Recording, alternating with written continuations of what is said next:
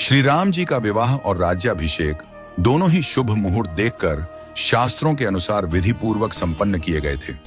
फिर भी न तो उनका वैवाहिक जीवन सुखद रहा और न ही राज्याभिषेक पूर्ण हो सका। विवाह के तुरंत बाद उन्हें वनवास मिला और राज्याभिषेक के दिन ही उन्हें राजमहल की जगह वन की ओर प्रस्थान करना पड़ा। यह सब विधि का विधान था।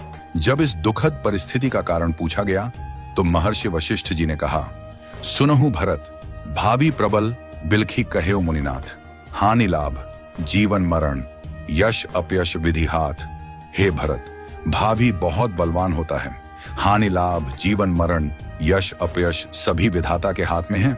मनुष्य चाहकर भी भाग्य को नहीं बदल सकता। श्री राम जो धर्म के मूर्तिमान स्वरूप हैं, जिनके जीवन का प्रत्येक क्षण मर्यादा और सत्य की मिसाल है, वे भी अपने भाग्य को नहीं टाल सके। उन्हें वनवास मिला, पत्नी सीता को खोना पड़ा और अंत में उन्होंने स्वयं सरयू में जल समाधि लेकर अपनी लीला का समापन किया। श्री कृष्ण, जिन्हें योगेश्वर कहा गया, जिन्होंने गीता में कर्म, ज्ञान और भक्ति का मार्ग बताया, वे भी अपने कुल के विनाश को नहीं रोक सके। उनके यादव वंश में आपसी कलह से एक दूसरे का संहार हुआ। महादेव शिव, जो महामृत्युंजय के अधिष्ठाता हैं, वे भी अपनी प्रिया सती की मृत्यु को नहीं रोक सके। त्रिकालदर्शी होकर भी वे विधि के विधान को नहीं बदल सके। रामकृष्ण परमहंस, जिन्हें दिव्य सिद्धियां प्राप्त थीं और जिन्होंने हजारों लोगों को ईश्वर का मार्ग दिखाया, वे भी कैंसर जैसी बीमारी को नहीं रोक सके। उन्होंने कहा था, यह शरीर नश्वर है, आत्मा ही अमर है। रावण, जिसके पास अपार बल और ज्ञान था, जो शिव का भक्त था, वह भी अपने अहंकार के कारण नाश को नहीं टाल सका। कंस, जो जानता था कि श्री कृष्ण उसका अंत करेंगे, फिर भी विवश था।